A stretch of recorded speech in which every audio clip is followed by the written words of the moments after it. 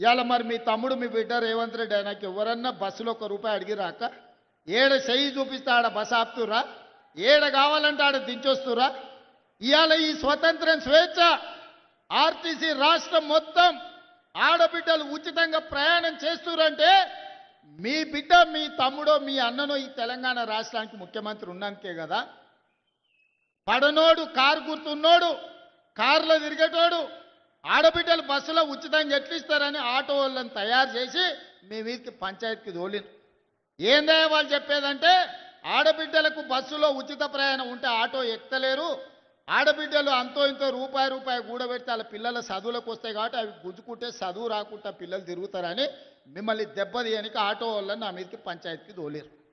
నేను చెప్పిన ఆ కారు గుర్తోని చెప్పినా వచ్చినోని చెప్పిన, ఒరే నన్ను అంటే అన్నారు తిట్టే తిట్టారు కానీ మా అక్కల దగ్గరకు పోయారంటే పొరకట్ట తీసుకొని సీపురి కట్ట తీసుకొని సింగారిస్తారు మిమ్మల్ని.